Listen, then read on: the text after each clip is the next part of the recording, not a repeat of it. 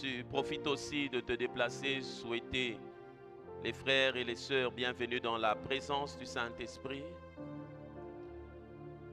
Bienvenue dans la présence de Dieu, bienvenue, bienvenue. Lumière du monde.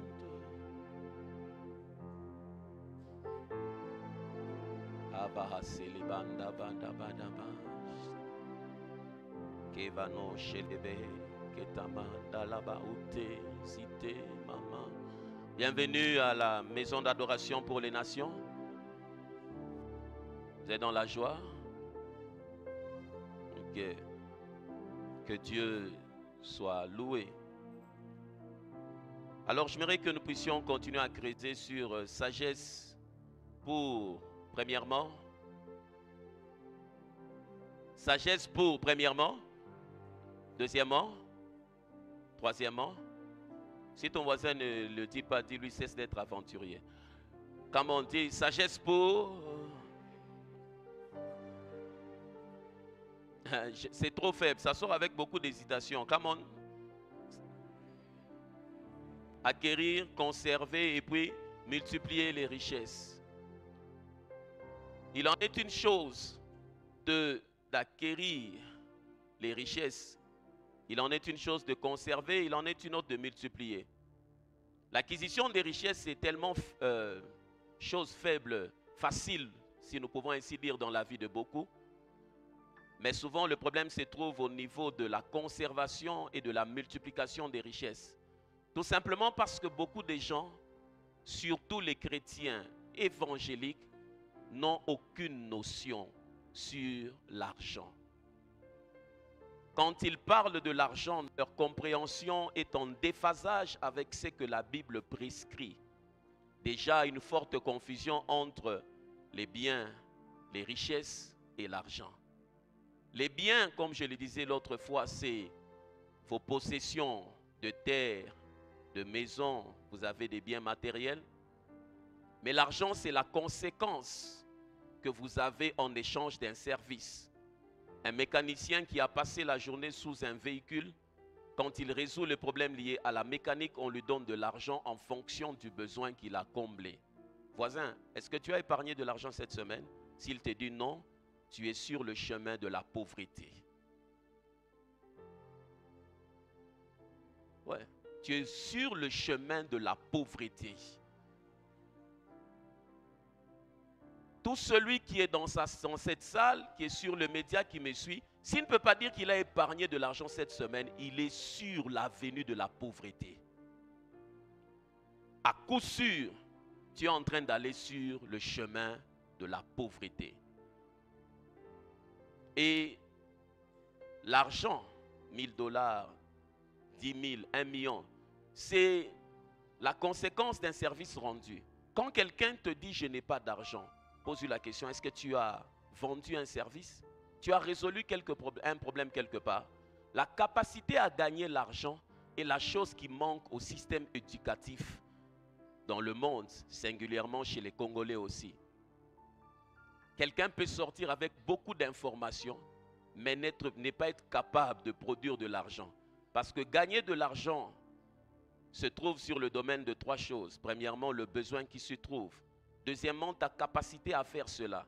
Et troisièmement, la difficulté à être remplacé. Si tu es facilement remplaçable dans un domaine, c'est-à-dire que tes chances de gagner de l'argent dans ce domaine-là sont très faibles. Le besoin. Aux femmes qui, dans leur tête, pensent qu'elles doivent être comme des receveurs pour leur mari, elles finiront aigries et pauvres. Beaucoup de femmes regrettent au soir de leur vie qu'elles ont été à côté d'un homme, elles n'ont bénéficié de rien. Je ne sais pas qui vous a dit que tu es là pour être récepteur et que tu ne peux pas être productif. Et puis si j'étais avec lui tout ce temps, missionnaire mokintumui mariage. L'intelligence que tu as eue pour t'acheter des habits, c'est la même intelligence que tu peux utiliser pour investir. C'est la même intelligence. Et dans les ateliers avec les femmes, j'ai introduit les séries des 5 forteresses qui empêchent aux femmes d'avancer. Et je suis aussi allé à la jeunesse pour faire comprendre les enjeux de la vie, comment ça se joue. plus j'étudie la Bible, plus je regarde le mouvement dans le monde, je vois que beaucoup de gens mènent leur vie avec une grande légèreté. Une très grande légèreté. La manière dont ils se réveillent, son emploi de temps, son mode de vie, tu te rends compte qu'il ne comprend ni la loi, ni les prophètes, ni les temps, ni les circonstances, ni les enjeux qui se jouent actuellement sur la terre. Et le fait déjà de ne pas dissocier bien, richesse et argent, c'est ce qui fait que beaucoup de chrétiens ont une Bible qui est comme une mine d'or, mais ils vivent dans la pauvreté extrême. Les biens, maisons, autre chose, c'est ce que vous avez comme terre, ce que vous avez comme habit, ce que vous avez comme possession matérielle. L'argent, c'est en échange des services, mais la richesse, c'est l'argent qui travaille pour toi. C'est l'argent qui travaille pour toi. Quand tu es assis à la maison, indépendamment de ce que tu perçois comme salaire, il y a une somme d'argent qui tourne dans le système et qui travaille pour toi. C'est sur base de ça qu'on dit que tu es riche. Non pas sur base de ce que tu as dans le compte en banque. Sur base de l'argent qui est dans le système qui travaille pour toi. Et j'ai commencé à atterrir en faisant comprendre que la personne de Jésus est différente des principes de Jésus.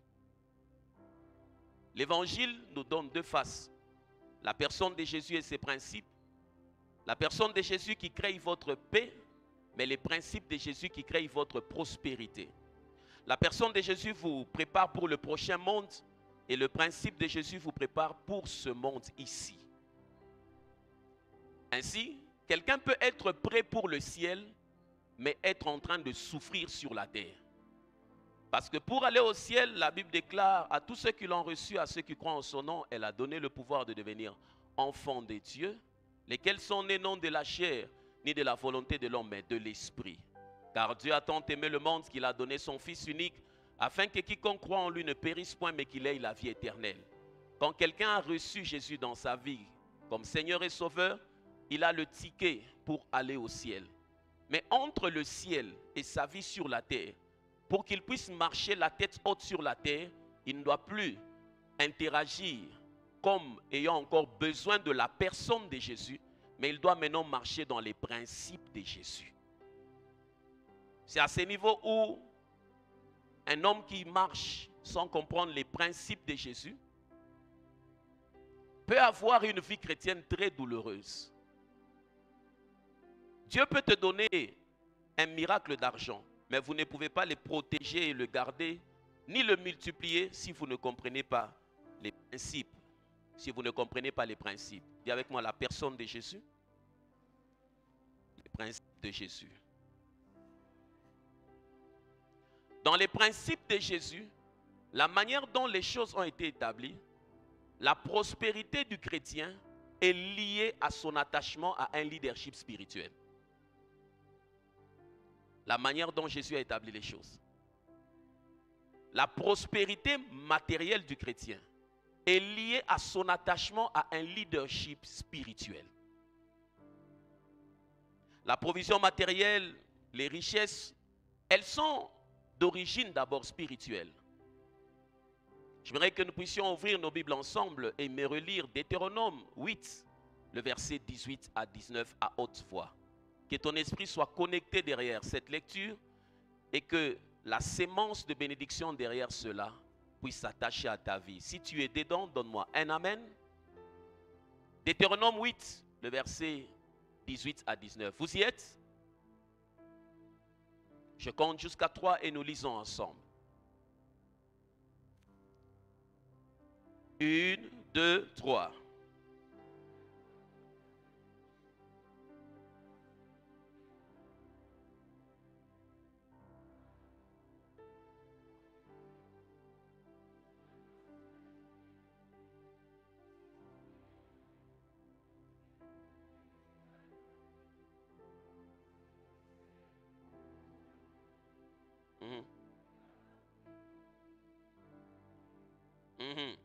Dans Parole de vie, on dit quoi?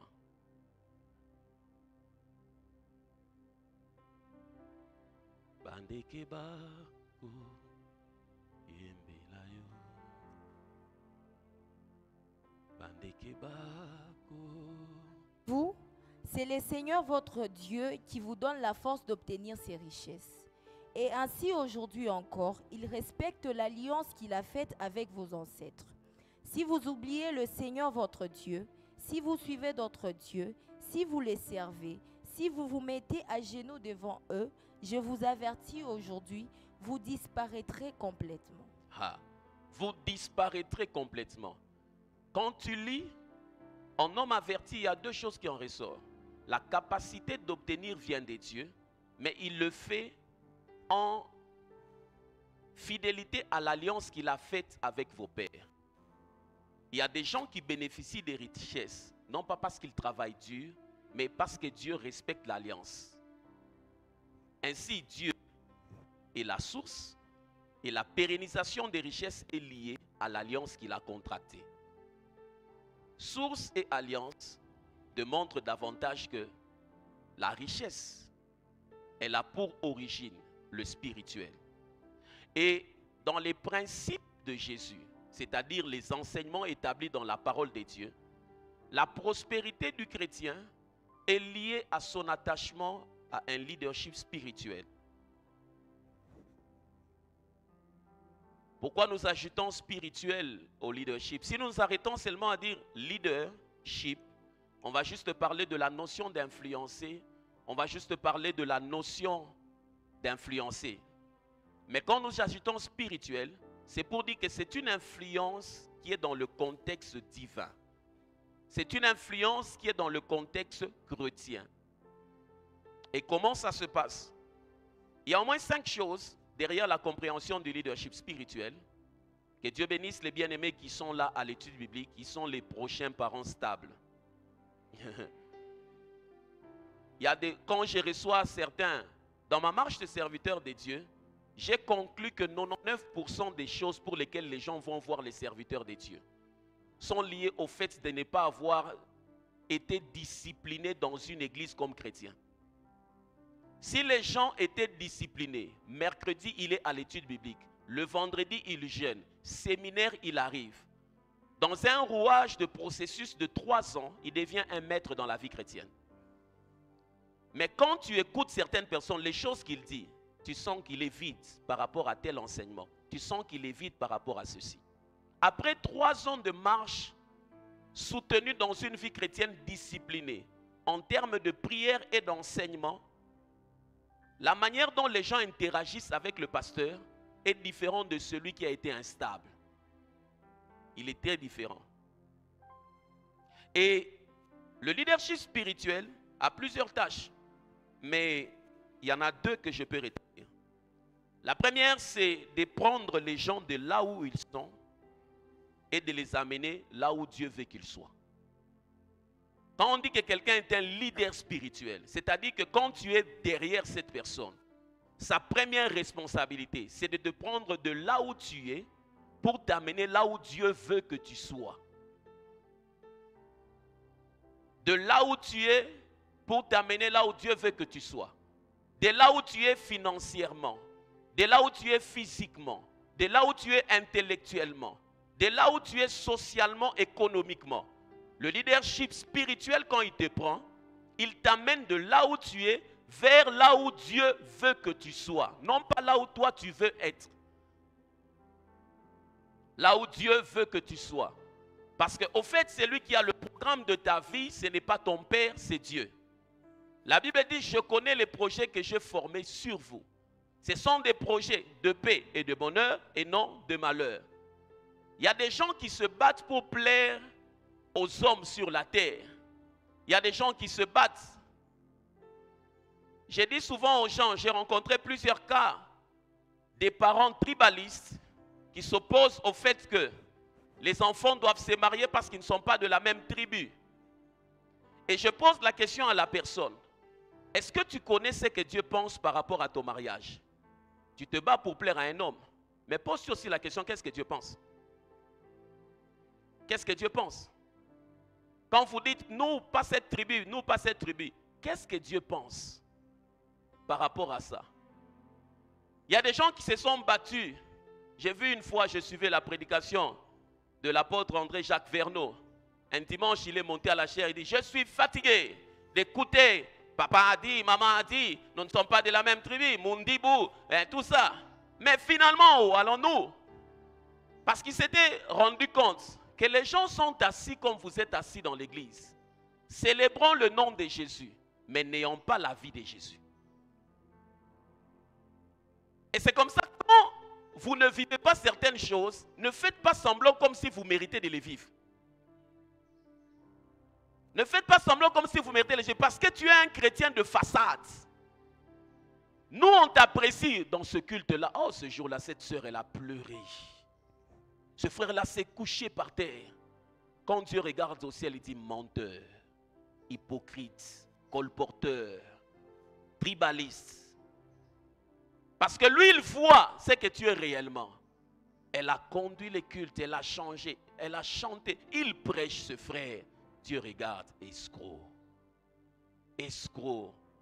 Les anges regardent et disent menteur.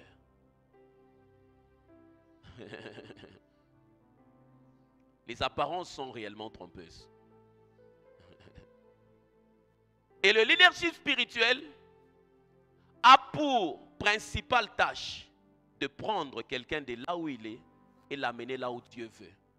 Quand tu es derrière un leader spirituel, un pasteur, un homme de Dieu que tu suis, tu dois évaluer ta vie en termes de changement. Non pas en termes de soutien. Je l'ai beaucoup soutenu. Non, il n'a pas besoin de ton soutien. Dieu le soutient déjà. Avec ou sans toi, il va arriver là-bas. Ce que toi, tu dois évaluer, c'est d'où tu es en train de partir et où est-ce que tu es en train d'aller depuis que tu es sous lui. La deuxième tâche, elle s'interpénètre avec la première tâche du leadership spirituel. Le plus grand obstacle, non, disons d'abord, le leader spirituel travaille à partir de l'agenda de Dieu. Sa boussole, c'est l'agenda de Dieu. En d'autres termes, il a la capacité de voir ce que Dieu attend de ta vie sans que toi tu le voies. Et en fonction de ce qu'il voit de ta vie sans que tu voies, il te demande d'entrer dans ce processus ici. Parce qu'il a vu la fin et il vient au commencement pour te prendre de là où tu es, pour t'amener là où Dieu veut que tu ailles. Malheureusement, il y a beaucoup de gens qui sont derrière des leaders par fanatisme. Notre pasteur, notre prophète, ils ont courage. Mais quand tu regardes sa vie, tu dis que mais rien n'évolue. Dans le principe biblique, Pierre a suivi Jésus, il était un pécheur. Il est entré dans l'histoire. Dieu l'a pris du bord de l'eau pour l'amener là où Dieu voulait qu'il soit au travers d'une personne qui s'appelle Jésus. On ne peut pas marcher derrière la vie d'un leader sans évaluer les changements significatifs dans sa vie. Il faudrait que chaque fois quand tu regardes en arrière, en estimant la date de ton arrivée dans la vie de cet homme, et là où tu es, tu regardes qu'il y a eu un changement. S'il n'y a pas eu d'avancement, c'est-à-dire que tu n'es pas au bon endroit. C'est-à-dire que tu n'es pas au bon endroit. Dieu n'a jamais été statique. Dieu, il est dynamique. Il est statique quant à sa nature, mais il est dynamique quant à ce qui concerne son apport dans la vie de l'homme. Vous êtes avec moi? Le souci de Dieu, ce n'est pas de faire avancer les rêves ou les objectifs d'un leader, qu'il bâtisse un royaume. C'est comme ça, jamais tu n'entendras Israel Kayembe Ministries. Ça ne va jamais exister. Même si tu as entendu quelqu'un qui a ça, moi je n'ai jamais été contre ça. Je n'ai jamais été pour ça. Parce que les gens confondent l'œuvre de Dieu selon les anglophones. Et puis comment les choses doivent avancer. Quand vous lisez la Bible, Jésus n'a pas fait Jésus Ministries. Jésus a laissé l'église. Il est venu. On ne doit pas identifier l'œuvre de Dieu au nom de quelqu'un. C'est une déviation. Qui que ce soit que vous connaissez que c'est comme ça, après avoir lu et relu la Bible, c'est une déviation. Ce sont des choses que les anglophones ont eu à faire pour sécuriser leurs intérêts après qu'ils ne soient pas là. Parce qu'ils réfléchissaient en termes de quand je ne serai pas là, comment ma femme et mes enfants vont vivre. Alors il faut une structure en dehors de l'église pour qu'on continue à les soutenir. C'est comme ça, quand ceci porte mon nom, personne ne viendra là-bas. Mais je m'aurais dit, s'il y a quelqu'un qui prend en charge la vie des enfants, c'est Dieu. C'est pour cela que la Bible dit, instruis l'enfant selon la voie qu'il doit suivre, même quand il sera vieux. Il y a beaucoup de choses que le pentecôtisme congolais a copié-collé sans savoir où ça a commencé. Ils ont seulement copié-collé. Assurance Kalembo Ministries. Il ne sait pas, il ne sait même pas où est-ce que ça a commencé. Dans la fête, tout ce qui est anglais n'est pas saint. Tout ce qui est anglais n'est pas sanctifié. Il y a de fortes déviations dans le monde anglophone, tu ne peux pas imaginer. Tu vas entendre certaines personnes, même dans la conduite des cultes, il y a des choses que les anglophones font, c'est par rapport à la culture de leur milieu. Mais vous, quand vous faites ça, c'est du bruit.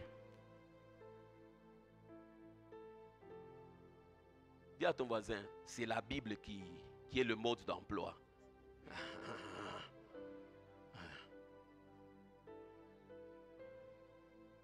Et le leader spirituel a ces deux rôles. Frère, n'évaluez pas vos vies en fonction des non, nous étions dans une croisade, ceci s'est passé. Il faut évaluer sa vie en termes de qu'est-ce que je deviens. Où j'en suis. Qu'est-ce que je deviens. Quand ces questions ne sont pas d'actualité, c'est là au soir de la vie des hommes, les gens tombent dans ce qu'on appelle l'apostasie, ils renient la foi. Tu vas l'entendre, nous on a beaucoup jeûné. Aux montagnes on est parti. On a beaucoup prié, mais Léo.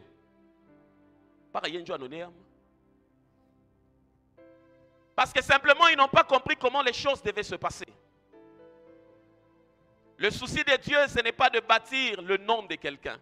Le souci de Dieu, c'est de bâtir l'œuvre de Dieu.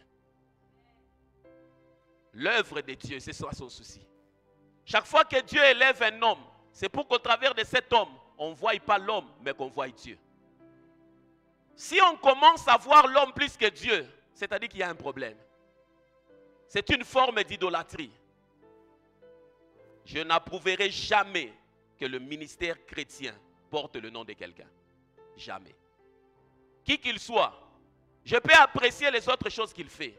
Mais là-bas, l'anglophone a dévié. Je suis dans Matthieu 4. Comment les choses se passent? Comment est-ce qu'on recrute les gens dans la vie spirituelle? Matthieu 4, le verset 18 jusqu'à 20. Une lecture édifiante. Comme il marchait le long de la mer de Galilée, il vit deux frères, Simon appelé Pierre et André son frère, qui jetaient un filet dans la mer, car ils étaient pêcheurs. Il leur dit, suivez-moi et je vous ferai pêcheurs d'hommes. Il leur dit, suivez-moi et je vous ferai pêcheurs d'hommes. Aussitôt, ils laissèrent leur filet et le suivirent. Prends-moi ça dans Parole de vie.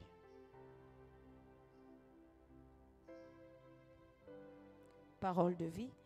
Jésus marche au bord du lac de Galilée. Il voit deux frères, Simon qu'on appelle Pierre et André son frère. Ce sont des pêcheurs.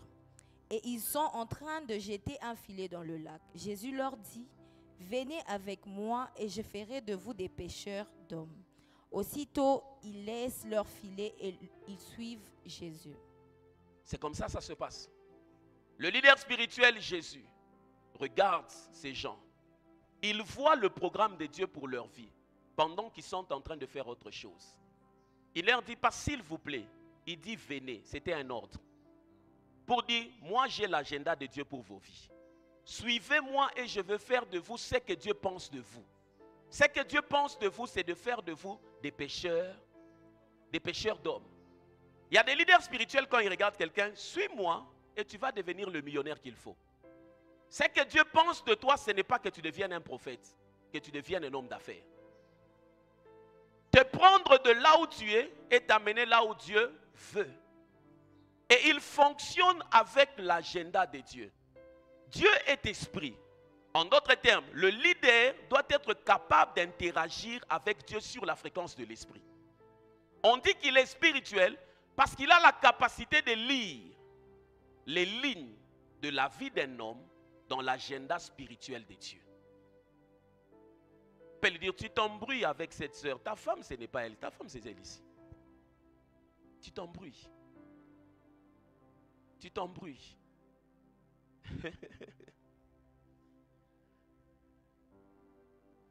Et quand vous regardez Pierre et son frère sont entrés dans l'histoire. Maintenant, comment Dieu travaille? C'est dans Luc, le verset 9, le verset 28 à 33. Quand tu rencontres un homme sur la terre qui tourne en rond, qui te dit que sa vie n'évolue pas, tu n'as qu'une seule réponse. Dis-lui, tu n'es pas attaché au bon leader spirituel. Parce que dans la manière de faire des choses, Dieu a prévu qu'il nous oriente au travers des hommes qu'il a établis. La nouvelle alliance n'a pas aboli cela. Parce que quand vous lisez le fonctionnement des ministères, la Bible fait comprendre qu'il y aura toujours des pasteurs, des évangélistes, des prophètes. C'est-à-dire que leur degré d'autorité dans le corps de Christ est différent qu'un fidèle simple. Pour dire que leur autorité, quand c'est différent, c'est-à-dire que leur apport aussi est différent.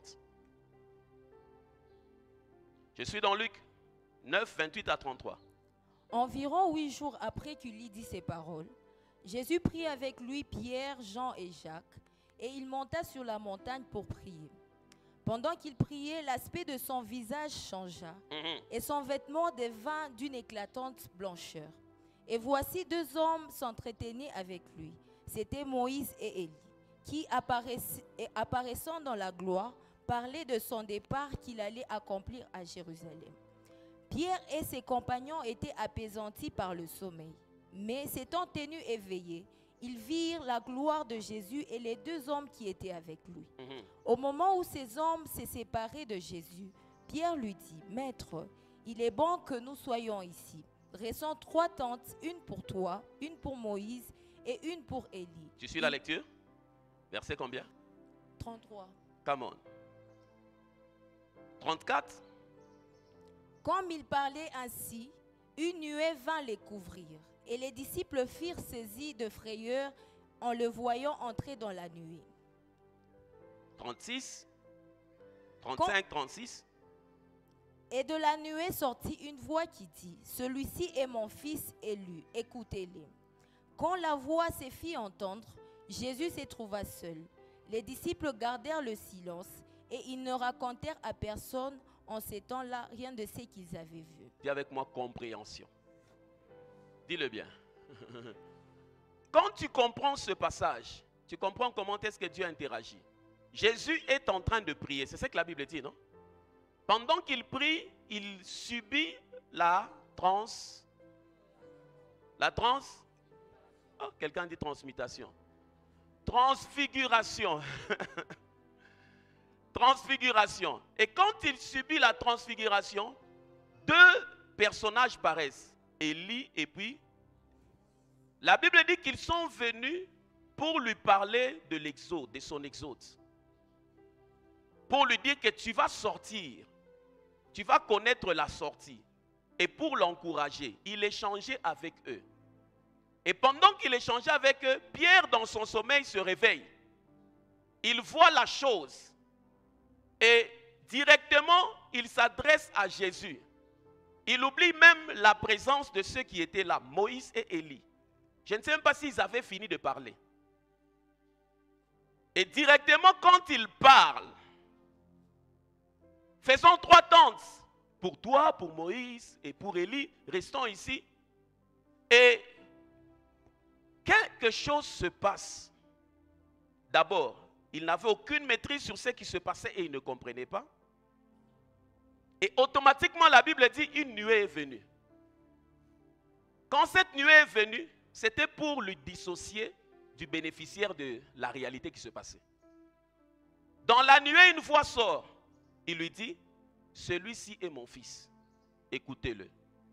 Qu'est-ce que Dieu a voulu dire? Ce qui se passait dans la vie de Jésus, ça ne vous concerne pas. Vous attendez que j'aie fini de lui, parce que vous dépendez de Jésus. Ce qui s'est passé, Élie et Moïse, ça ne... Et puis la Bible dit Jésus resta là. C'est l'erreur de beaucoup de gens quand ils marchent dans la marche avec le leader spirituel. Il y a des choses qui se passent au sommet qui ne vont jamais te concerner. La Bible dit la nuée. Reprends ce passage au verset 35. La nuée. Et de 34. Comme il parlait ainsi, une nuée vint les couvrir. Et les disciples furent saisis de frayeur en les voyant entrer dans la nuée. Quand il parlait, si ce qu'il disait avait un apport, Dieu allait continuer à l'écouter. Mais pour couper court à ce qu'il disait, la Bible dit Dieu a mis la nuée. Et puis dans la nuée, Dieu dit.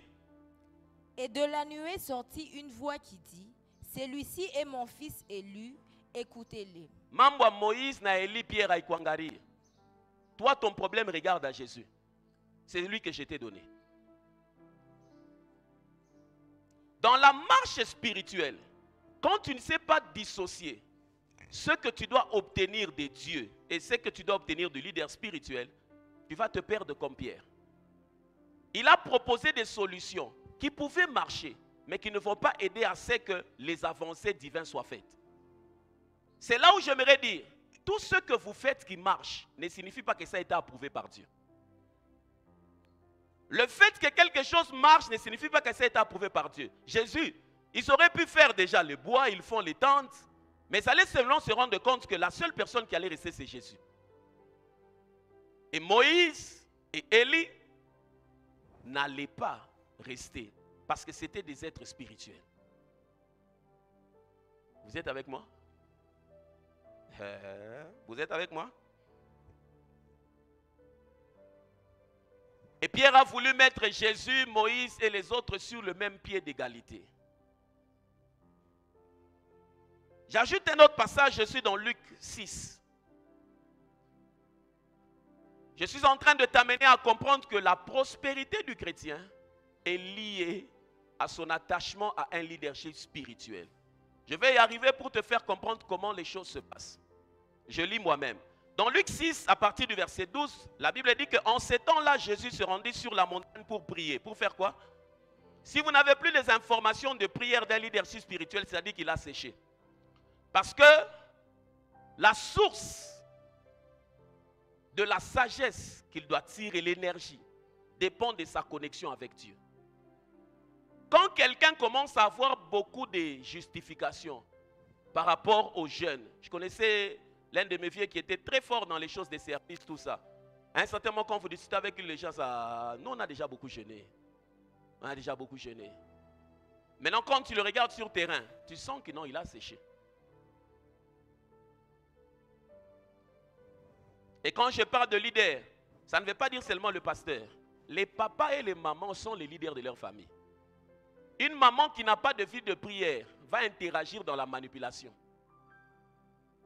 Un papa qui n'a pas de vie de prière ne saura pas discerner l'agenda de Dieu pour la vie de ses enfants. Parce qu'il doit être capable de le lire sur le plan spirituel. Ce sont les gens de papa ça. Je suis ingénieur. Tous mes enfants doivent être des ingénieurs. Son souci, c'est de produire des clones. Mais il ne sait pas que Dieu n'a pas prévu que lui ne soit pas ingénieur. Lui sera juriste. C'est le prochain procureur. Et ils sont dans la famille. Lui, là-bas, il part. Mathématiques à Bibambe. Pampa Ninga intégral. Analala. Il se bat parce qu'il veut devenir ce que papa a dit. Non. Dieu a un programme pour ta vie. Dieu a un programme pour ta vie. Et Jésus se rend pour prier. La Bible dit il passa toute la nuit à prier. Quand le jour parut, il appela ses disciples. Ils ont choisi 12. Quand on dit il appela ses disciples, c'est-à-dire qu'il n'en avait pas 12, il y en avait plusieurs. Et parmi les plusieurs, il a choisi 12. Vous y êtes? Et la Bible dit, Simon, qu'il nomma Pierre.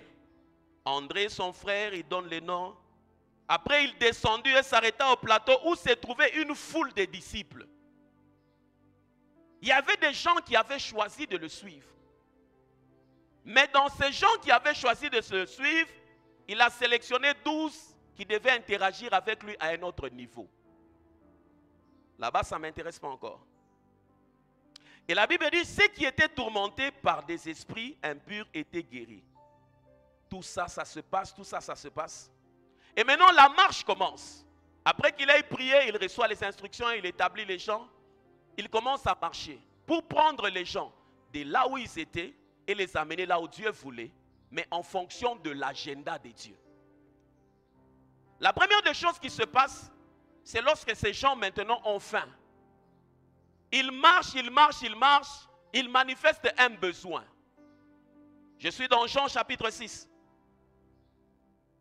C'est là-bas on parle de la multiplication des pains. En train de suivre le leader spirituel, en train de marcher avec lui, il se fait qu'un problème se pose. Ces personnes ont besoin du pain. Et avec moi, un problème se pose. Ils ont un besoin. Quand ils ont besoin, Jésus dit, quand on vient lui poser le problème, il dit, faites-les asseoir. Tu as entendu? Quand on vient lui poser le problème, il ne dit pas non, non, il m'a dit, moi, je me débrouiller. Il dit, faites-les asseoir. En d'autres termes, organisez-vous parce que j'ai la solution, je vais la donner. Organisez-vous parce que j'ai la solution, je vais la donner. Quand vous marchez derrière un leadership spirituel, il faut évaluer les acquis de solution. On ne peut pas être derrière un leader spirituel en train seulement d'acclamer. C'est notre prophète, c'est notre pasteur, il ne faut pas parler mal de lui. Faut pas... Évaluer. Ces gens, quand ils parlaient de Jésus, ils ont dit, on était malade, il nous a guéris. On avait besoin de pain, il nous a donné. L'apport. Une grande foule suivait Jésus. Une grande foule suivait Jésus. Et j'aime là où il dit, dites-leur tous de s'asseoir, leur ordonna Jésus. C'était l'instruction qui va déclencher la provision en fonction du besoin. Entre le besoin que tu as et le moment que cela se manifeste, il y a une instruction qui est l'interrupteur qui déclenche la provision surnaturelle. Les gens peuvent marcher dans un mouvement spirituel, mais tant qu'il n'y a pas des instructions, il n'y a pas de déclenchement de provision. Ce sont les instructions spirituelles qui sont les déclencheurs de la provision surnaturelle. Ce sont les instructions qui sont les déclencheurs de la provision surnaturelle. Tu vas te rendre compte que dans la Bible, plusieurs fois quand il y a eu un problème, il y a eu une instruction et il y a eu un soutien surnaturel. Les fils de prophètes perdent la hache qui tombe dans l'eau pour faire surnager. Élisée pose la question, où c'est? Il jette le bois. La mort dans le pot, il demande la farine. Je suis en train d'avancer. Jésus était seul avec Dieu. Gédéon aussi, pour devenir une solution, a eu son moment de solitude avec Dieu. Et Moïse aussi, seul avec Dieu. Maintenant, regarde comment est-ce que la provision est venue. Lorsque ces gens ont eu besoin de manger, la provision a été déclenchée en fonction de leur obéissance à l'instruction donnée. Quand Jésus a dit, faites-les asseoir, tu as entendu, non, non, non. Nous ne sommes pas convaincus de nous asseoir. Faites-les asseoir. Tu as entendu? Non, non, non, nous ne sommes pas convaincus de nous asseoir. Évalue ta vie en fonction du niveau d'obéissance aux instructions données par le leader spirituel que tu suis. Il y a des gens qui sont dans des églises. Ils sont par exemple le président de la jeunesse comme Murphy. Mais tu vas regarder leur affiche, ils ont un thème qui est différent du thème de l'église. Il y en a même d'autres qui sont dans des cellules. Tu vas entendre, nous dans notre cellule cette année, c'est l'année de... Je me pose la question. Vous comprenez ce que vous faites ou bien vous ne comprenez pas? Tu te rendras compte que il y a des gens qui sont dans des équipes d'intercession. Ils prient, ils prient, ils prient. Et puis ils prétendent qu'ils voient plus que le pasteur. Et puis il vient même dire, nous étions en prière, Dieu nous a dit des choses sur l'église. Et puis, il veut faire pression pour que l'église suive ce que lui a vu. Dieu, en matière de vision, il n'a pas besoin d'intermédiaire. Dieu, en matière de vision, il n'a pas besoin d'intermédiaire. Quand vous suivez un leader spirituel, les provisions sont liées à votre capacité à obéir. Je vais vous donner un conseil. De partout où vous êtes, vous allez me suivre. Si vous êtes dans une église où vous ne pouvez plus obéir aux instructions, il faut partir.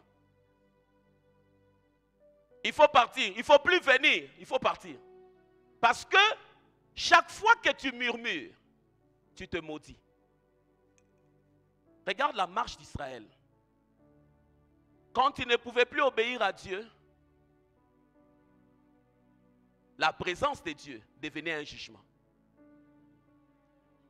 Tu vas entendre des gens, ils sont toujours là. Les autouriens occulte, mais en tout cas, il y a boulé. Akunata kiabo, akunata. Donc, akunata kintu.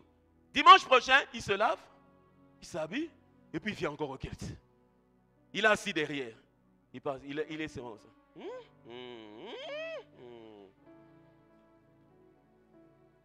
Amen. Il ne salue pas les gens, il part rapidement. Tu perds ton temps. Tu perds ton temps.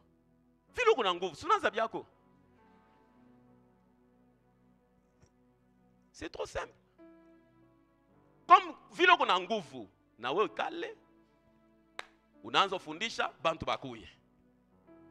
Vile unamshikia Mungu, vile unamshikia. J'ai dit une fois à quelqu'un, tu étais où? J'étais en retraite. Tu avais dit à qui? Non, j'étais parti. Je lui ai dit, tu as déjà lu dans le Nouveau Testament, Jésus posa la question à André, où est Pierre? Et André lui dit, je ne sais pas.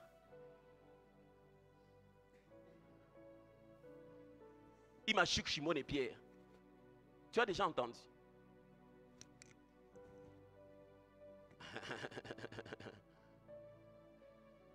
Dans les phases de la croissance de la vie chrétienne, quand quelqu'un est en train d'avancer, lorsque son esprit atteint la taille pour entrer dans le ministère, Dieu va le connecter à plusieurs auditoires. En termes de façonner son ministère pour lui donner accès à cette nouvelle vie.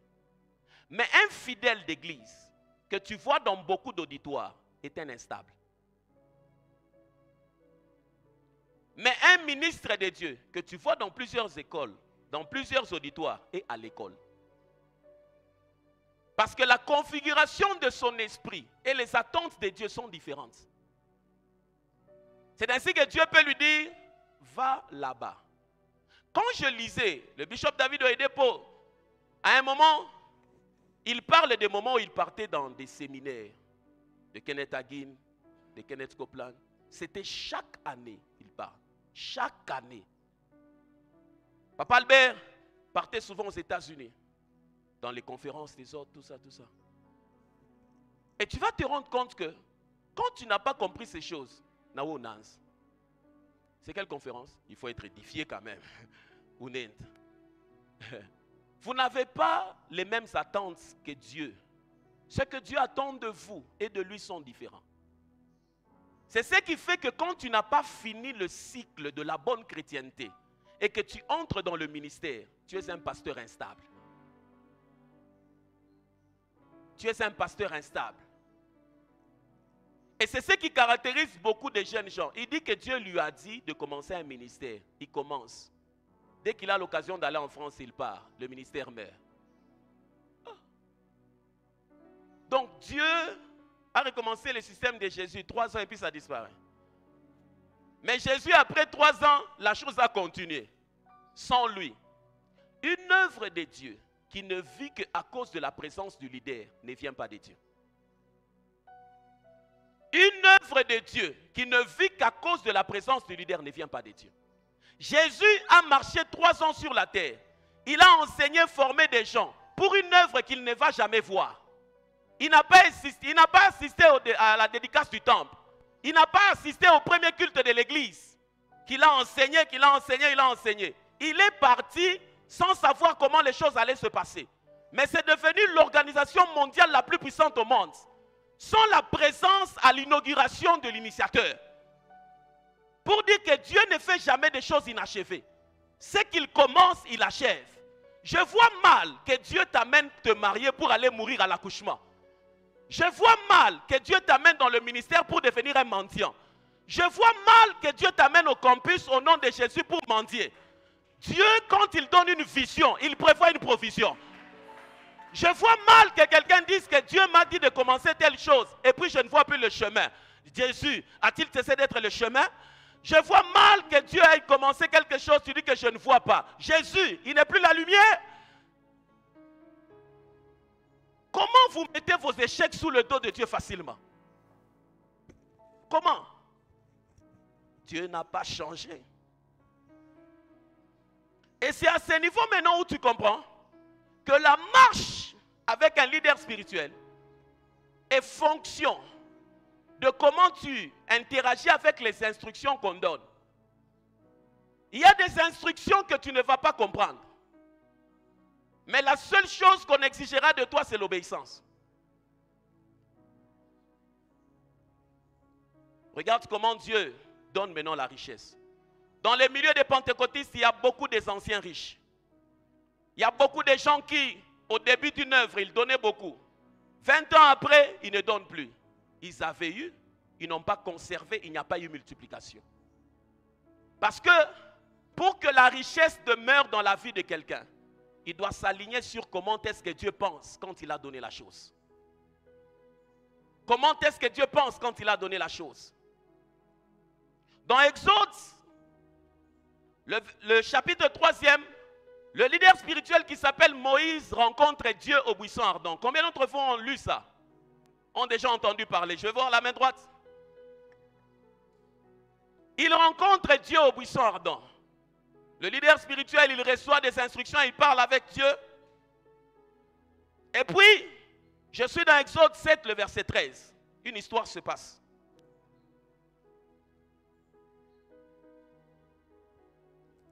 Le cœur de Pharaon s'endurcit et il n'écouta point Moïse et Aaron selon ce que l'Éternel avait dit.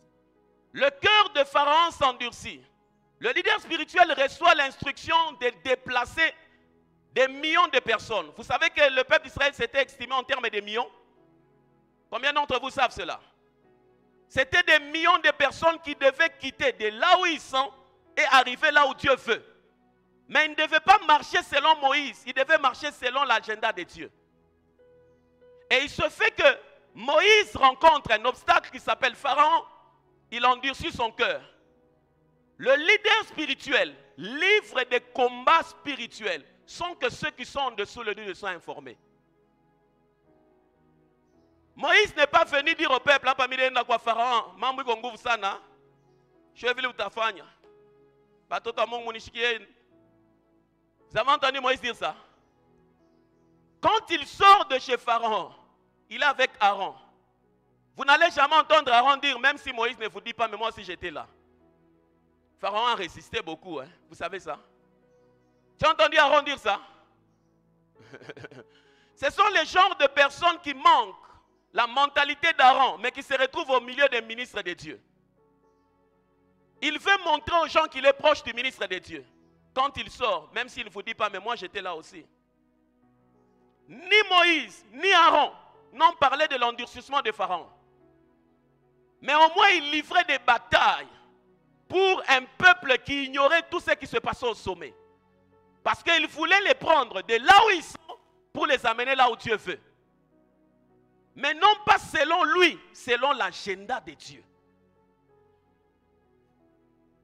Et le chapitre 11 maintenant dit une chose. Quand Moïse termine de livrer bataille, pour amener ces gens-là maintenant dans une nouvelle saison, Exode 11, le verset 1 à 2 dit une chose. L'Éternel dit à Moïse, « Je ferai venir encore une plaie sur Pharaon et sur l'Égypte. Après cela, il vous laissera partir d'ici. Lorsqu'il vous laissera tout à fait aller, il vous chassera même d'ici. Parle au peuple pour que chacun demande à son voisin et chacune à sa voisine des vases d'argent et des vases d'or. » Tu entends? Chaque jour, quand Moïse marchait avec eux, il leur avait jamais parlé de l'or et de l'argent. Et puis, Moïse pouvait dire à... Il appelle 20 personnes. Moi, avant Kutoka, dites à vos voisins de vous donner l'or et l'argent. Ne dites pas aux autres là. Vous savez que ces 20 personnes allaient avoir l'or et les autres n'allaient pas avoir. Vous savez? Et 1 million de personnes se retrouvent enrichis à cause d'une personne, un leader spirituel. Ils ont fait des années et des années en Égypte. Ils n'ont jamais touché l'or qui leur appartient. Ils n'ont jamais eu leur possession d'or. 430 ans, c'est 27 générations. Parce qu'il a été démontré en sociologie, pour qu'une génération se forme, il faut 25 ans. Lorsque vous prenez 430 divisé par 25, vous pouvez tomber autour de 25, 27, je pense, ou 16. Faites d'abord le calcul. 430 divisé par 27. Par 25, ça fait 17. 17 générations. Les enfants, des enfants, des enfants, des enfants, des enfants. Personne n'avait jamais touché l'or. Il marchait. Mais maintenant, quand Dieu veut prouver que maintenant il y a un leader spirituel qui doit vous amener dans mon schéma, moi je n'ai pas prévu pour vous la captivité. J'ai prévu la prospérité. Voici l'instruction que je donne. Que chacun demande à son voisin. Pourquoi? J'ai déjà créé les temps et les circonstances pour votre enrichissement. Salut le Saint-Esprit, je vais te dire une chose. Dans la marche de tout chrétien, il y a un épisode qui s'appelle percer. Dans la marche de tout chrétien, il y a un épisode qui s'appelle percer, où le ciel s'ouvre pour son établissement spirituel, matériel, financier. Dans la marche de tout chrétien. Mais ça dépend de la capacité à écouter l'instruction du moment. Quand Moïse dit que chacun demande, je ne sais pas si d'autres n'avaient pas demandé. Quand il demande, la Bible dit, Dieu avait déjà prévu les choses. Ils sortent de là avec l'or, l'argent qu'ils n'avaient jamais touché de manière générationnelle. Dieu les rend propriétaires en une nuit. En une nuit, Dieu les rend propriétaires. Si ces personnes n'écoutaient pas Moïse, elles allaient sortir de la captivité, mais sans prospérité. Elles allaient sortir de la captivité, mais sans prospérité. C'est-à-dire que quand ces personnes prenaient l'or, c'était à cause de l'instruction de Moïse. Quand tu regardes tous ceux qui ont bâti des temples, tous ceux qui ont acheté des parcelles pour les églises, il y a eu un moment dans ces ministères-là, on a donné l'instruction. On s'est dit que maintenant nous sommes arrivés à la saison où nous devons quitter des locataires à propriétaires.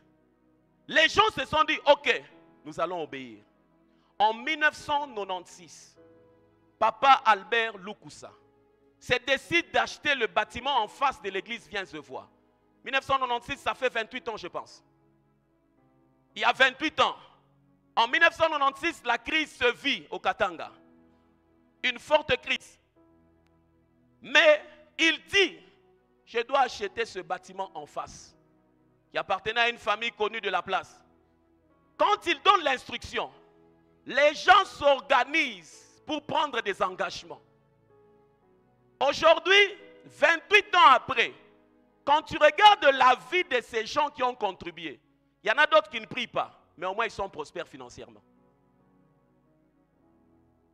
Sur le plan financier, il n'y a jamais un homme qui s'est engagé à faire avancer l'œuvre avec son argent qui est resté le même. Jamais, ça n'existe pas. 28 ans. Donc dans cette salle, on a des personnes de 2000 qui ont 24 ans. Ils sont nés dans l'an 2000. Il y en a dans cette salle.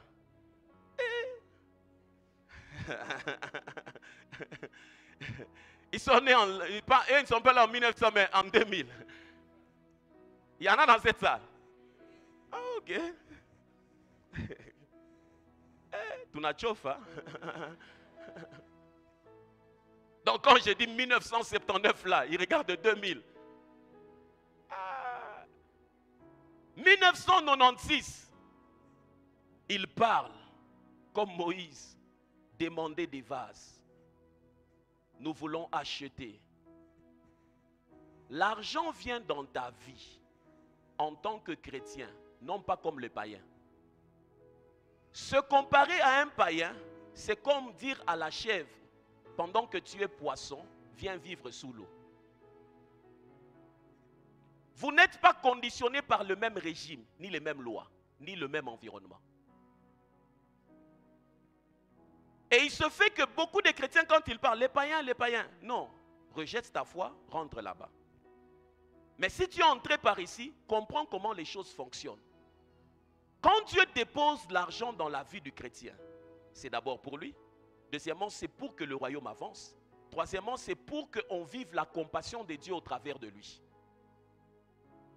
Et les gens se sont retrouvés en 96. Chaque fois que vous passez sur Maniema, le bâtiment administratif en face, c'est l'œuvre de la foi de Albert Lukusa.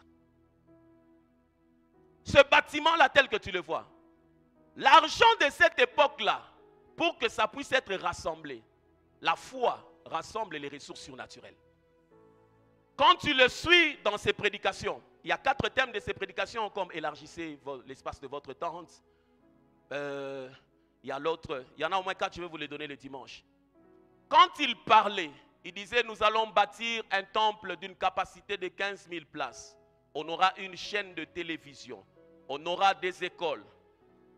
Il n'est pas là, mais il y a au moins 2 chaînes qui sont sorties sous lui. De télé et de radio. Quand il disait ça, les réalités ne faisaient pas ce que ça puisse être fait. Mais sa foi lui disait que ça va se faire. Et tel que vous êtes assis là, quand vous ne savez pas saisir que nous sommes dans une œuvre spirituelle, à l'instant où je vous parle, nous sommes arrivés dans la saison où nous devons entrer devenir propriétaires. C'est le moment où Dieu va bouger les ressources pour amener l'argent dans vos mains. Il y a des entreprises qui naîtront, non pas parce que tu connais faire le business, mais parce que Dieu sait que tu as un canal par lequel il doit passer pour que son œuvre avance. Oh, il y a des connexions que tu auras parce que Dieu s'est décidé de faire avancer la maison d'adoration pour les nations. Et quand les gens ne comprennent pas, posez la question aux premiers chrétiens qui ont été à la borne, à Lupin, avec André-Jacques Verneau. C'était avant une boîte de nuit. Quand on parle de la borne ne se trouve pas dans la Bible. Vous savez ça? Ça ne se trouve pas dans la Bible. C'était le nom de lieu déjà. Mais les hommes et les femmes qui étaient là, je regardais une fois Papa Dominique Ngoï qui était en train de récompenser la loyauté des gens qui avaient fait 30 ans à côté de lui. 3 décennies. Il a donné des maisons en étage. C'était des maisons en étage, oui. Des villas. Dans Montoneka Lévi. Je ne sais pas si en 30 ans cette personne allait construire ça. Quand à la soirée de reconnaissance, il leur a donné. Comment quelqu'un, moi j'ai déjà suivi son témoignage plusieurs fois. J'ai assisté dans son éditoire. Quand il parle des débuts de sa foi, il se battait pour voyager en Europe. Il avait cherché le visa, il n'avait jamais eu, il avait cherché, ça l'a compliqué. Et puis à un certain moment, il a compris le secret de la percée financière. il expliquait qu'il s'était dit, si nous voulons honorer quelqu'un, quand il vient chez nous, quel est le minimum que nous pouvons faire? Il a dit qu'il faut lui offrir un coca. À l'époque, le coca coûtait combien? Ça coûtait, on lui a donné le montant. Il s'est dit, je m'étais engagé chaque fois à ne jamais donner à Dieu moins qu'un coca. C'était la meilleure manière d'honorer un visiteur. Et quand il a commencé à s'aimer, Dieu a commencé à rassembler. Dieu a commencé à rassembler. Et aujourd'hui, parmi les pasteurs que nous avons au Congo, du nord au sud, à l'est, de l'ouest, centre, qui ont l'argent, on ne peut pas parler d'un pasteur qui a l'argent au Congo. Si vous citez 5, Papa Dominique doit être parmi les 2 ou 3. Il passe 6 mois en dehors du Congo, 6 au Congo. Mais son église est parmi les églises qui grandissent à Kinshasa. Jusqu'au point où, dans la salle principale comme ça, il y a 5000 personnes. Dans la salle voisine, il y a plus de gens que dans l'auditoire principal. Là-bas, on met un pasteur au moment des dîmes et des offrandes.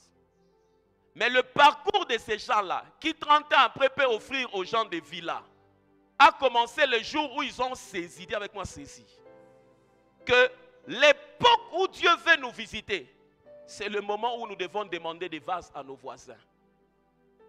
C'est le moment où nous devons nous engager à devenir des bâtisseurs intentionnels. Parce que la génération qui viendra vous posera la question de savoir, vous avez prié Dieu, quels sont les monuments que vous nous avez laissés? C'est l'instruction qui est déclencheur. Vous êtes avec moi? Comment savoir que Dieu donnait cet argent pour son intérêt? Je suis dans la Bible. Je suis dans Exode 35. Et je suis en train d'atterrir. Exode 35. Lis-moi le verset 4e. Moïse parla à toute l'assemblée des enfants d'Israël et dit, voici ce que l'Éternel a ordonné. La suite. Prenez sur ce qui vous appartient une offrande pour l'Éternel. Tout homme dont le cœur est bien disposé apportera en offrande à l'Éternel de l'or, de l'argent et de l'airain, des étoffes teintes en bleu, en pourpre, en cramoisi, de fin lin et du poil de chèvre. Verset combien? Reprends le verset 4. Suis bien la lecture. Moïse parla à toute l'assemblée des enfants d'Israël et dit, voici ce que l'Éternel a ordonné. Voici ce que l'Éternel a. La suite. Prenez sur ce qui vous appartient une offrande pour l'Éternel. Prenez sur ce qui appartient à Dieu. Prenez sur ce qui vous appartient. Une offrande à l'Éternel. Quand tu lis ce passage, quand est-ce que ces gens sont devenus propriétaires de l'or et de l'argent? Quand est-ce que ces gens sont devenus propriétaires de cet or et de cet argent? Come on, quand? Lors de la sortie, dans Exode 11. Relis le passage Exode 11, le verset 2. Dieu les rend propriétaires dans Exode 11, le verset 2. Parle au peuple pour que chacun demande à son voisin et chacune à sa voisine des vases d'argent et des vases d'or.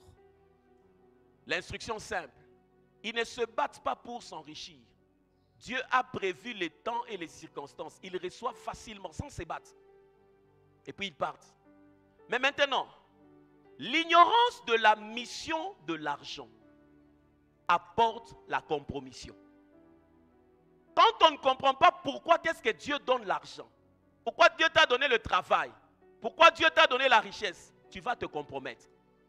La compromission du peuple d'Israël avant d'arriver dans Exode 35, où Dieu demande d'amener l'or et l'argent. Un épisode sombre se passe dans Exode 32. C'est là où tu comprends, quand quelqu'un a l'argent, sans comprendre pourquoi Dieu donne l'argent, il va s'éloigner de Dieu. Exode 32. Exode 32, 1.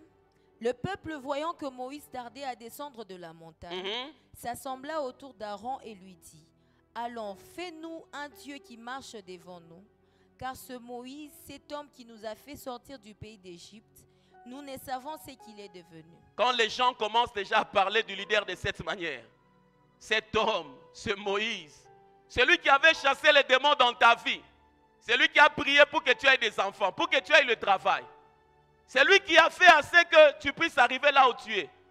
Quand il devient cet homme, sache que tu t'es éloigné de Dieu. Et c'est le problème avec le peuple d'Israël. Dans ma vie de ministre de Dieu, lorsque je sens que quelqu'un n'est plus connecté à ma réalité spirituelle, j'efface son numéro.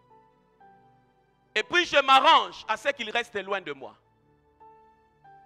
Parce que cette personne est entrée dans une zone dangereuse pour sa vie. Et je n'aimerais pas l'enfoncer. Je n'ai jamais eu honte de dire à quelqu'un, au point où nous en sommes, il faut qu'on se sépare.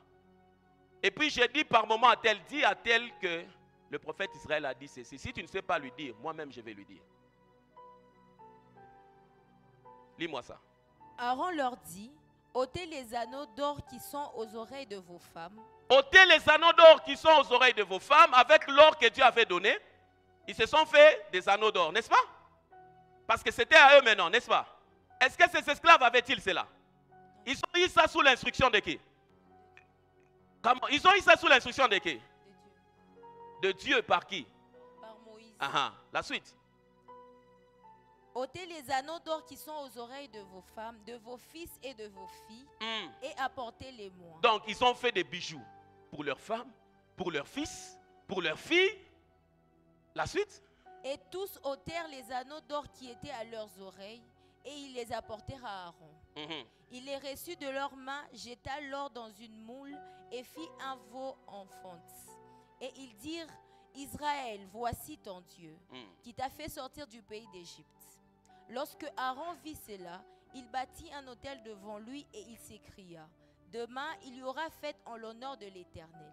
Le lendemain, ils se levèrent de bon matin et ils offrirent des holocaustes et des sacrifices d'action de grâce. C'est l'épisode de votre famille où on avait prié pour vous, vous n'avez pas l'argent.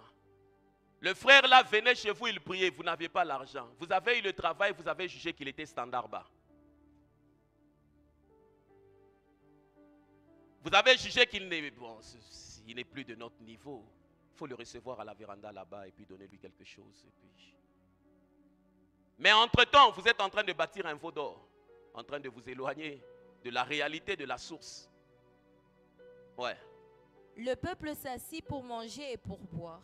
Puis ils se levèrent pour se divertir. L'Éternel dit à Moïse, écoute ce que Dieu dit à Moïse. Va, descends, car ton peuple que tu as fait sortir du pays d'Égypte s'est corrompu. Ils se sont promptement écartés de la voie que je leur avais prescrite. Le mercredi, vous avez étudié ça, non? Vous avez étudié le processus. C'est dans la loi du processus, je pense. C'est dans quelle loi? L'influence. Tu vois, ceux qui ne sont pas là ne comprennent pas. C'est pour cela que j'insiste, étudier la Bible. C'est comme ça les familles se sont déviées aussi. Quand ils n'ont pas d'argent, j'ai dit, ils sont à la prière. Séminaire, ils sont là. Il a maintenant la voiture, il trouve qu'il n'a pas le temps pour venir à l'église. On va s'asseoir par terre. Non, dis, s'asseoir par terre. Il y a les infections, il y a le choléra, non? À l'époque, quand tu dormais, tu te couchais même. Tu ne voyais pas le choléra. Aujourd'hui, quand on dit on va se mettre à genoux, c'est anormal de venir année après année dans le temple. Mais tu n'as jamais senti que tu dois aller à genoux. Et tu penses que tu pries. C'est faux. Parce que quand tu fais une percée, la position imposée, c'est de l'éducation physique. Mais la position constatée, c'est de l'adoration. Quand tu constates et tu évalues que tu dois aller à genoux sans une instruction, c'est de l'adoration. La suite? Ils se sont fait un veau en fonte. Ils se sont prosternés devant lui. Ils lui ont offert des sacrifices et ils ont dit, Israël, voici ton Dieu qui t'a fait sortir du pays d'Égypte. L'Éternel dit à Moïse, je vois que ce peuple est un peuple au cou roide. Maintenant laisse-moi, ma colère va s'enflammer contre eux et je les consumerai. Mais je ferai de toi une grande nation. Moïse implora l'Éternel son Dieu et dit, pourquoi, ô Éternel, ta colère s'enflammerait-elle contre ton peuple? Tu entends les batailles des leaders. Moïse s'est battu contre Pharaon. Il a intercédé pour eux. Et puis maintenant, il se retrouve qu'il est en train encore d'intercéder pour eux avec Dieu. Dans la réalité du leader spirituel, il affronte et les entités du monde des ténèbres, et les entités chrétiennes, et les entités divines. Il affronte beaucoup de réalités pour par moments des gens qui ne comprennent rien. Je prie pour chaque pasteur qui suivra cette vidéo. J'aimerais lui dire que le peuple ne sera pas toujours reconnaissant. Et n'attends jamais que les gens soient reconnaissants. Joue ton rôle et Dieu te payera. Chaque homme de Dieu qui me suivra, j'aimerais lui passer les encouragements. Dans la marche du ministère, n'attends pas les acclamations. Dans les prescriptions de l'appel divin, il n'y a jamais eu la place pour l'acclamation venant du peuple. Le seul auditoire qui nous acclame, ce ne sont pas les hommes sur la terre. Le seul auditoire qui acclame un homme de Dieu, ce n'est pas sa femme, ce n'est pas ses enfants. Ce ne sont pas ses amis d'enfance. Le seul auditoire qui acclame un homme de Dieu, c'est le ciel. Qui lui dit, vaillant, guerrier, bon serviteur, c'est moi qui t'ai appelé. C'est le message que je t'ai donné. Prêche-le le matin, prêche à midi, prêche le soir, insiste. Come on. C'est Dieu qui est notre supporter. Quand vous vous attendez, vous voyez, vous n'acclamez pas parce que vous n'êtes pas des hommes de Dieu comme nous. Mais l'homme de Dieu qui suivra ça sera debout, il va dire, come on. Parce qu'il comprend comment les choses se passent. Il y a une ingratitude intolérable dans la marche chrétienne. Il y a des gens qui oublient qu'ils n'avaient pas du travail, on a jeûné pour lui. Et puis il sent qu'il ne doit plus venir payer sa dîme auprès de toi. Il va ailleurs. Poitrine bombée, se disant que non, là-bas c'est plus mon niveau. Ce n'est pas un problème. Mais Dieu, il est très juste. Dieu, il est très juste. Il est très juste. Quand l'histoire se passe, Dieu dépose l'argent. Dans Exode 32, Israël n'a pas compris que Dieu en aura besoin pour le tabernacle. Que Dieu en aura besoin pour ceci, il n'a pas compris.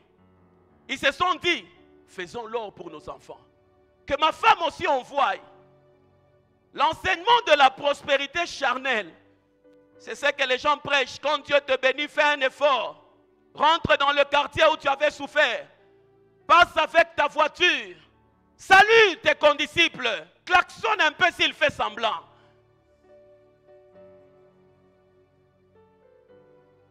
Ça, c'est l'enseignement charnel de la prospérité. Dans l'enseignement spirituel de la prospérité, quand Dieu te bénira, reviens lui rendre grâce parce qu'il est la source. C'est lui qui a voulu que tu aies ce que tu as. La Bible dit, à l'Éternel ton Dieu offre ta reconnaissance. Accomplis tes vœux. Et lorsque tu seras dans la détresse, invoque-moi et je te répondrai. Tel que tu me vois là, je n'attends jamais que tu m'acclames. Je n'attends pas que tu me dises c'était bon. Quand je prêche, je sais que c'est bon.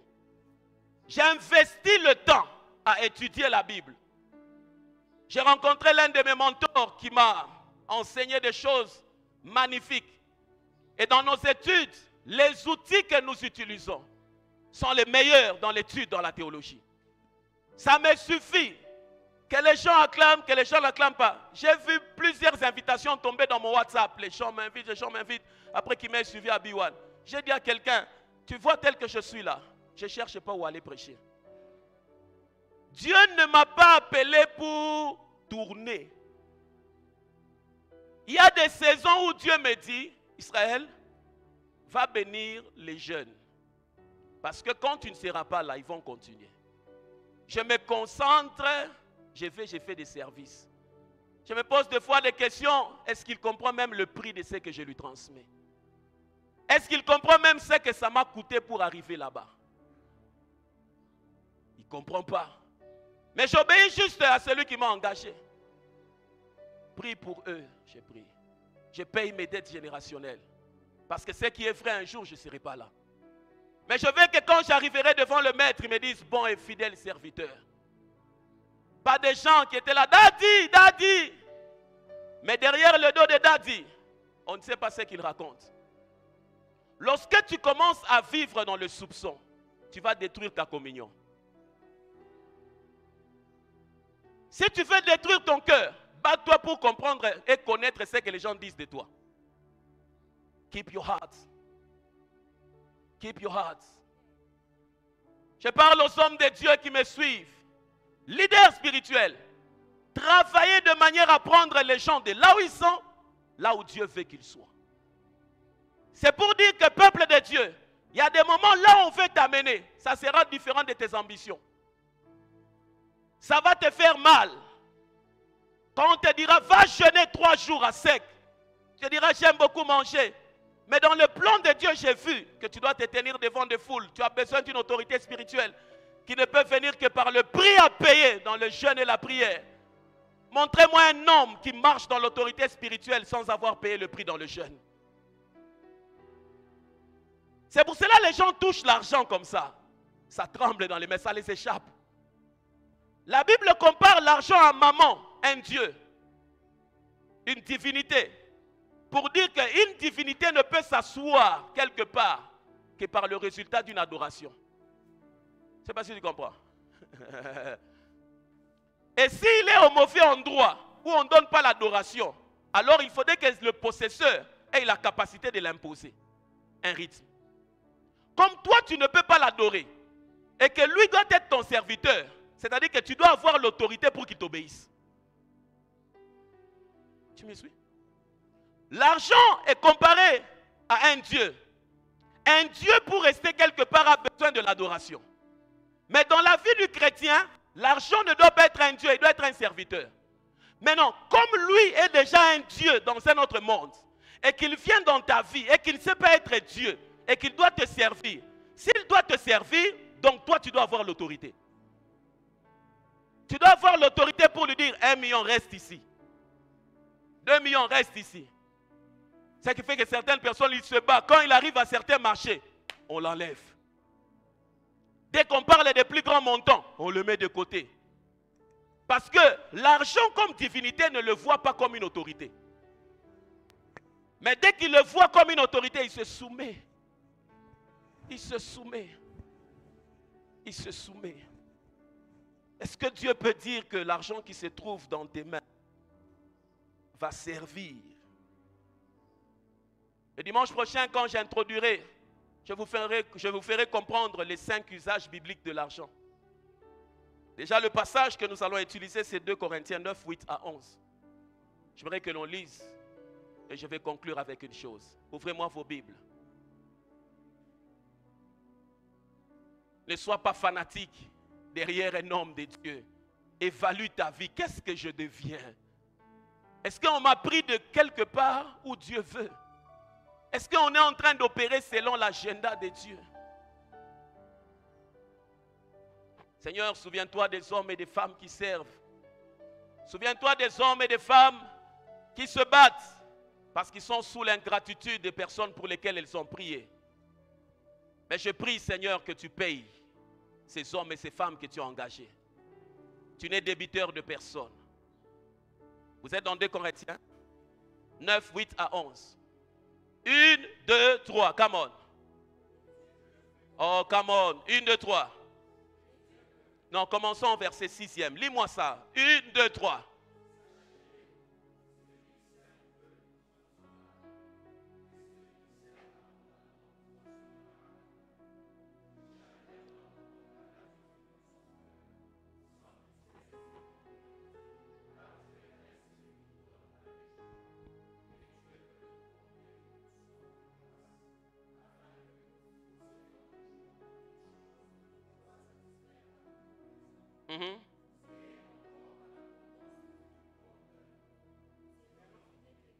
Verset combien?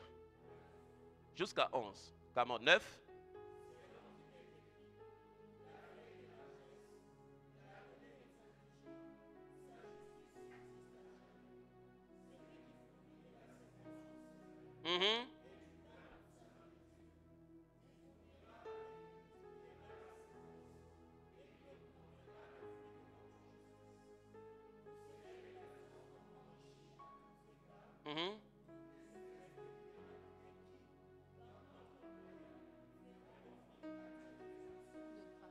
Relis bien à partir de libéralité là. Vous.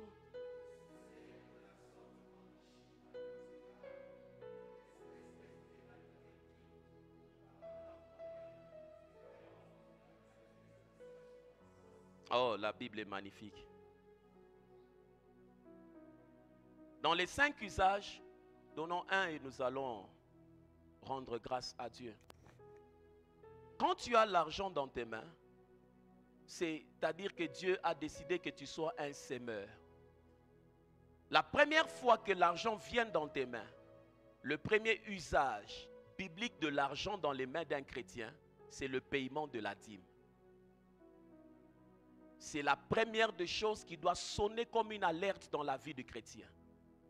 Parce que Deutéronome 8, 18 fait comprendre que celui qui te donne la force d'acquérir la richesse, ce n'est pas ton cerveau, c'est Dieu. En reconnaissance à la source qui a rendu capable que tu puisses avoir, tu prends la première 10e partie. Le terme hébreu qui se trouve là-bas, c'est maser, qui signifie 10%. Ce n'est pas 20%, 30%. Si tu veux payer 30, 50, c'est toi. Mais selon Dieu, c'est la première 10e partie. C'est la dîme. Quoi payer? La dîme. Comment? La Bible parle de apporter cela à la maison du trésor. Dans le contexte de ce passage-là, c'était le lieu où ces gens-là étaient nourris et bâtis spirituellement. Il ne peut pas payer la dîme à l'orphelinat. Ce n'est pas la dîme, c'est l'aumône. Il ne peut pas payer la dîme et la diviser en 2 parties. C'est l'offrande, ce n'est pas la dîme. Amener à la maison du trésor, à l'endroit où tu es nourri spirituellement. Parce que c'est la reconnaissance à l'apport de l'autorité sous laquelle tu t'es mise. Vous êtes avec moi? Quand chaque fois que tu reçois de l'argent, que tu qualifies d'un revenu, prélève la dîme. Pourquoi? Parce que ça va permettre à ceux qui puissent avoir de la nourriture, c'est-à-dire de la subsistance dans la vision qui te nourrit. Malachie 3, le verset 10. Pour qu'il y ait de la nourriture c'est quoi? La force, la capacité d'avancer. La vision avance lorsqu'il y a la provision. La vision avance lorsqu'il y a la provision. Malachie 3, 10.